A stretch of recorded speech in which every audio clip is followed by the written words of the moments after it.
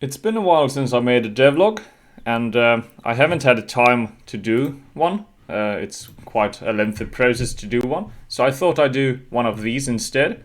There are two main things that I've implemented since last time, and that is a resource system, including natural resources, and a production system, where you can construct industries which takes resources and inputs and outputs them according to some input-output mechanisms.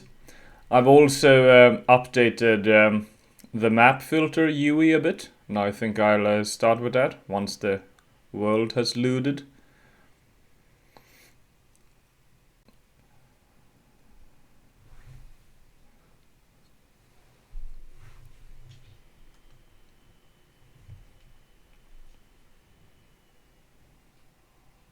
So, we're in. The first thing is this map filter. This replaces the old system. Here we have a couple of tags: common, topology, environment, hydrology, natural resources, resources, and other. And these include buttons, which you can press to change the maps. Pretty self-explanatory what I do. What is new is these natural resources. There is iron. The color here shows how much iron there is. If we click on this red, for example, and go to this tab here, the resource tab, we can see all natural resources here. And red indicates a high value. So here we can see it's 0.9. That's pretty high. The coal here seems to be rather low. So if we go and the gold is 0, so we can check the coal. And yeah, indeed, coal is low here, and there is no gold. Gold is pretty rare. It exists in often thin stripes like this, or small patches, but it's generally very, very low in abundance. Forest grows where there is sufficient biomass. It's pretty much a map from flora biomass onto forest. And this forest will indicate where you can build stuff like lumber mills. And there is also an animal natural resource, which also maps the fauna biomass pretty well. Then there are resources, and these are produced resources. Now at the moment, if we select any of these, they are all 0. There is none in the world, because none has been produced. So we will have to produce something. First we can locate some iron, gold ore I mean. We have some here. Look, is there iron here? Yeah. Is there coal here? Yeah. So this is a good starting location. Or maybe not, because this is a desert, so there is no forest here for lumber mills. So let's find another place that has gold. We can look at this stripe down here. Is there any forest? Yeah, there's a lot of forest. There's iron, and there's coal, there's gold. So that's everything that we need here. Now, we can enable a river. Yeah, we have a nice river. So, if we select this tab here, we have development. We can open the construct menu, and this contains all the buildings that are available at the moment. If we, for example, select a self-sustaining village. Now, all these don't have images because I'm pretty lazy, so most of them are just placeholders. We click on the self-sustaining village. Now, this shows the GUI for industry. It shows the input and the outputs. And the self-sustaining village takes forest and animal as input, and it produces labor. So it's a village of people gathering from the land. Now, if we go to this tab, select labor, it's 0. But once we start to hit next turn, we will see that the color changes as labor is produced. So now there is labor in the world. 15 on this tile, 13, 13, 13. Great. So what are we gonna do with labor? Well, maybe we build a farm. A farm takes labor as input and produces grain. We can go to the grain and see that, yeah, we are producing some grain. Back to labor. We see that labor has decreased on this tile. It's because it's being absorbed by the farm. So the question is, what can we do with grain? Well, we can build a residence. A residence takes food as input and produces labor. So it's another way of producing labor, apart from the self-sustaining farm, village. Now, food isn't exactly grain, so I should probably explain the colors used here. Green is used for natural resources. Natural resources are everything that's part of the world itself. Red is produced resources. They don't exist on themselves. They need to be generated by the player. And blue are tags. Now, tags are something that resources can have. For example, meat and grain has the food tag, whilst resources like wood and coal has a fuel tag. So that the residence requires food as input is the same that it can either take grain or meat as input. Both will suffice, will match this demand. So we look at the labor and we can see that, yeah, we are producing some labor from this tile. So now we have a lot of labor. What should we do with labor? Well, there are other stuff here as well. We can, for example, build a hunting ground. Now, a hunting ground will use animals as a natural resource and labor to produce meat. So we see that as we progress in the simulation, the labor is consumed close to the hunting ground, and we are producing some meat. Now, meat is counted as a food, so it can go into this residence. Now we see that we have some unused meat, so we can try to build some more residences, try to soak up that meat. Yeah, not all the meat is being absorbed, but a lot of it. Let's look at the labor. So we have a lot of labor, a lot of unused labor. What are we gonna do with the labor? Well, maybe extract some minerals. So we look at the mineral map. Yeah, iron, coal. Okay, gold. If we want to extract any gold, we need to build them on this band here. So let's construct 2 gold mines here. Now, if we just run this, this won't produce any gold, because if we look at labor, it's contained within this area. At the moment, resources can only be transported on tiles that have industries or adjacent tiles. This is considered the transport network.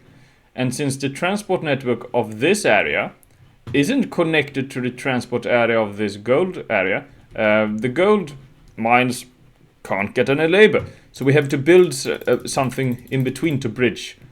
Well, because I know I need it later, we can build a lumber mill. And now we will see that the labor will flow through this bridge. And if we look at gold, yeah, we are producing some gold. Not a lot of gold, but some. So yeah, we still haven't touched coal or iron. Let's do that. We can look at the map. Iron is, yeah, well, maybe we can build some iron mines down here. Look, do we have any labor? Yeah, we have a lot of labor. So we can go to iron, see, yeah. Now we are producing some iron. We want to produce some coal, so we look. Yeah, there's plenty of coal pretty much everywhere here. There's a little bit more up here. So let's build some coal mines up here. Now, will this be connected? No, it will not. So maybe I build another hunting ground here or something. Yeah, and now we are producing some coal. Let's look at our labor. Yeah, we are still having plenty of labor. Just to be on the safe side, we could add some more residences. Now that we added this hunting ground, the residences should have enough food. So, what are we gonna do with the gold ore, the coal, and the iron ore? Well, there is a building called the foundry that takes iron ore, coal, labor, and fuel as input and produces steel. And since we have iron ore down here, we have coal here, and either wood or coal can work as fuel. So this building has everything it needs to produce its output. So let's see. Yeah, it's a bit hard to see, but the color is changing. We aren't producing a lot of steel, but we are producing some steel. Now, this activity value tells us at which level this building is operating. So now it's operating at like 1/5 of its capacity. So it's lacking some input. If we look here, we see that there is a lot of wood and a lot of labor and enough coal. So it's not lacking any of these. It's lacking iron ore. It wants 4 iron ore, but there is none at the moment. So let's look at iron ore. Maybe we need to add some more mines. We can add a mine in between here, so it's a bit closer. We can go back to this. Oh, yeah. We go back to this one and see if the activity value changes dramatically. And yes, it does. With the new iron mine, we get a lot more iron. It doesn't seem to reach 100%, but it's enough. So, what are we gonna do with the steel?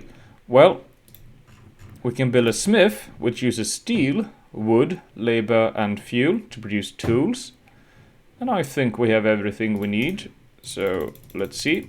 Yep, we are producing quite a lot of tools here. And it's already working at 100% activity. So, it has everything that it needs. Now, this might decrease if we run out of steel or something, but it doesn't look like we do. So, the last we can do here is to build a goldsmith. The goldsmith takes gold ore, tools, labor, and fuel to produce gold. So we should have everything for this. Yeah, now we are generating some gold. Some golden bars. We aren't doing it very effectively though, if we look at this. It's 0.1. What are we lacking? We have enough tools. We have enough fuel. I don't think we have enough gold ore. So we can look at gold ore. Yeah. We probably need some more gold mines to do this. Let's see. Do we have a labor? Oh. We have labor, but it's all up here. So maybe we build another residence here and another, I don't know, farm. Can we generate some labor here? Yeah, we are generating some labor. Can we generate some more gold? Not a lot. Maybe we place another gold mine like that.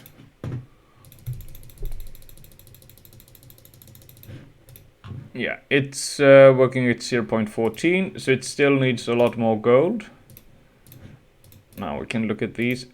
These are both working at 0.5, 0.5, 0.5, 0.5. So it doesn't look like they are getting quite enough labor. So let's build a lot more labor producing buildings like this. Now this is giving us a lot more labor, so it's working at 100%, 100%, 100%, 100%. Great.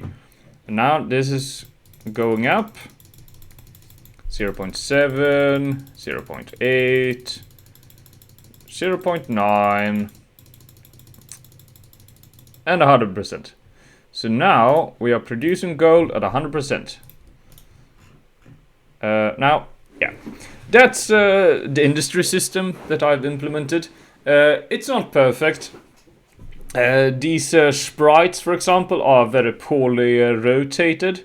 Most of them are upside down. I haven't fixed that. And the resource transportation system isn't very good. At the moment, it's just diffusing.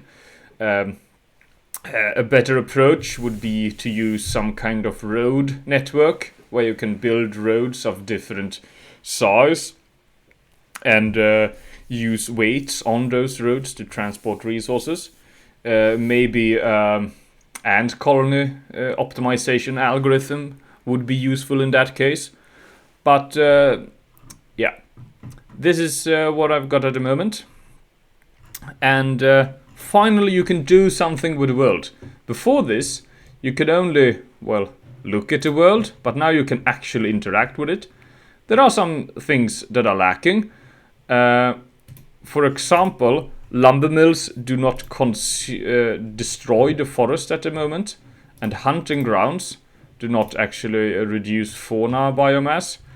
So, optimally, the lumber mill and the hunting grounds should decrease both the forest and animal populations. That isn't happening at the moment, so I have some stuff I need to correct. Also, farms should be affected by temperature and precipitation. At the moment, they are not. At the moment, we can, if we go up to the north here, we can build a village up here, and the farm should function. You can see, is it generating any grain?